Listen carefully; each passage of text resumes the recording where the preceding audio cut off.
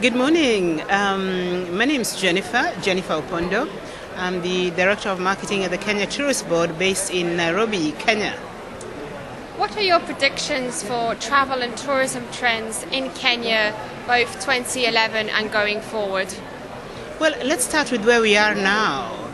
I think over the last 2-3 years, Kenya has done tremendously well globally in terms of increasing tourist arrivals to Kenya.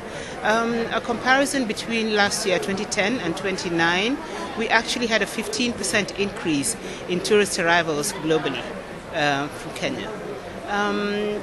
We are now at Indaba, and at Indaba we are basically targeting the South African potential travelers into Kenya.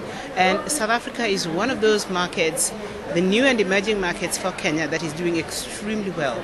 We had a 3% increase between 2009 and 2010 out of South Africa, but I have to say that South Africa has now climbed to, I believe it's 7th position globally. The first position is taken by the UK because of the natural connection that we have and a long history of tourism between the UK and Kenya. The next is the USA, long distance as it is, followed by Italy, and then Germany, France, India.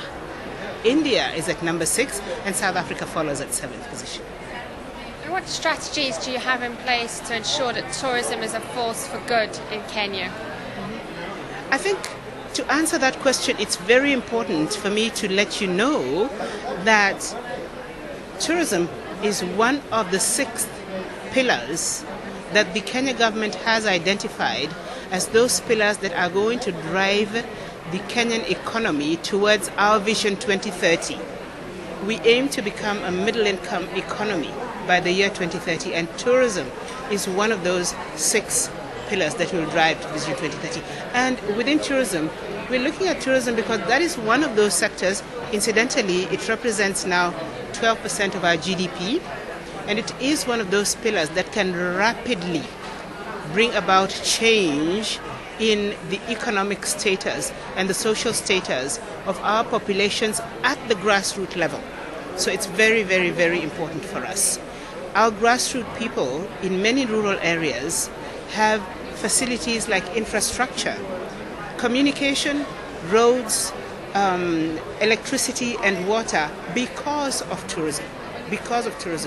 And today, eco-tourism is extremely important in Kenya, and we're really working hard at it to ensure that tourism benefits the rural communities as much as it benefits the environment, because this is about posterity. We want to ensure that our beautiful game reserves and wildlife reserves are preserved to ensure that the environment is intact, that 20, 40, 50, 100 years from now, people from around the world will still be able to come to Kenya and see the wild game in their natural environment. As a result of which, we are ensuring that our local communities understand that wildlife can be beneficial to their well-being, to their economic status, so that they are part and parcel of the management and the protection of wildlife for their own gains, apart from the gains of the country in general. And lastly, here we are at Indaba, as you said. What makes you come back to this show year after year? Wow, good question. You know, this is only our 3rd time as a destination, Kenya, to be at Indaba. Kenyan tour operators and travel agents and hoteliers have been coming to Indaba for a very long time, but we haven't had, as a country, this is only the 3rd year. The first year, we were here with a little 9 square meter booth.